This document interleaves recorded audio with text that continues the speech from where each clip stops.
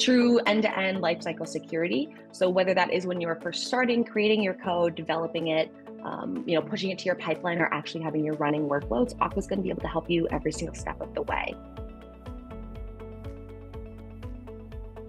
So I was very lucky as a kid. My dad was a programmer. So I honestly started learning programming when I was like maybe 11 or 12. In college, I went to school for computer science. I studied at UMass Dartmouth.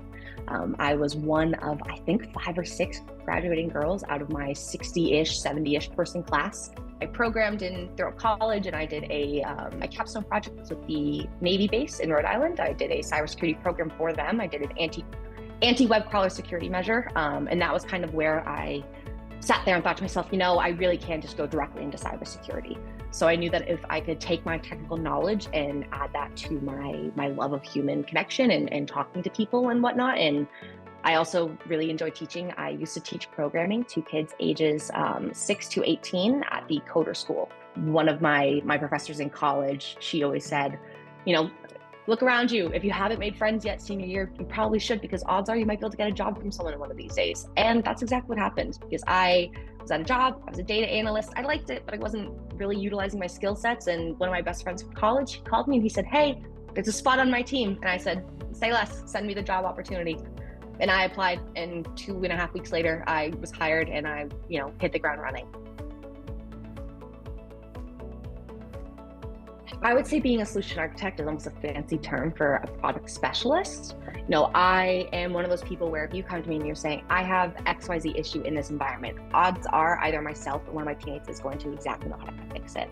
So I would say that being a solution architect is obviously understanding solutions, but understanding the product inside and out, and understanding that sometimes the solution isn't always the goal, but it's the steps that get you there. Because if you have a problem, yes, a solution is going to be helpful, but if you understand how to take that problem and break it down into smaller pieces, that's going to be information that you can then apply to more use cases throughout the day. It's important to understand everything at a high level and be able to bring it down to like those lower levels, but it's important to be able to break it down for people who aren't technical. If you can explain something technical in a non-technical manner, it shows that not only you understand it, but it's going to help everyone else understand it. A lot of times, I'll get calls from sales reps that say, "Hey, this person that you worked with from this particular company about a year ago, we have another call with them. They're requesting you on that call." You get on that call. So it's not just about, being able to be that technical person and break down those problems, but also being able to kind of, cultivate those connections as well, and be able to be that person for them. After being a solution architect, you could become head of pre-sales, you could be head of, product enablement or technical enablement. I've been asked to help out with onboarding new members who need to understand and learn about the technology, because at the end of the day, the solution architects, they are those technical experts. If there are sales reps that have questions, who better to go to than the person who can literally take them through the entire platform, start to finish?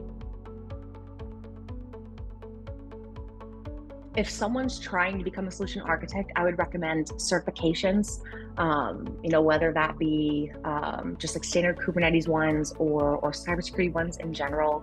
I definitely recommend getting certifications. If you can, if you have a background in tech, that's phenomenal. If you don't have a background in tech, obviously those certs are going to help you a lot. I've had companies tell me, "No, it's not going to work. We don't think you have the skill set. You don't look like it, XYZ." And I can go to them and be like, "Here's my resume. Here's all my programs. Here's all of my knowledge. This is my comprehensive knowledge." It doesn't matter that someone's telling you can't do it. If you have the skill set, if you have the drive, you're going to be able to accomplish your dreams and your goals. And I think that that's just like something in general that I try to preach to everyone. I'm just like, if you just have the drive to do it, do it. It doesn't matter if you think it's going to go great or go horribly. If you just attempt, at the end of the day, it's just going to help.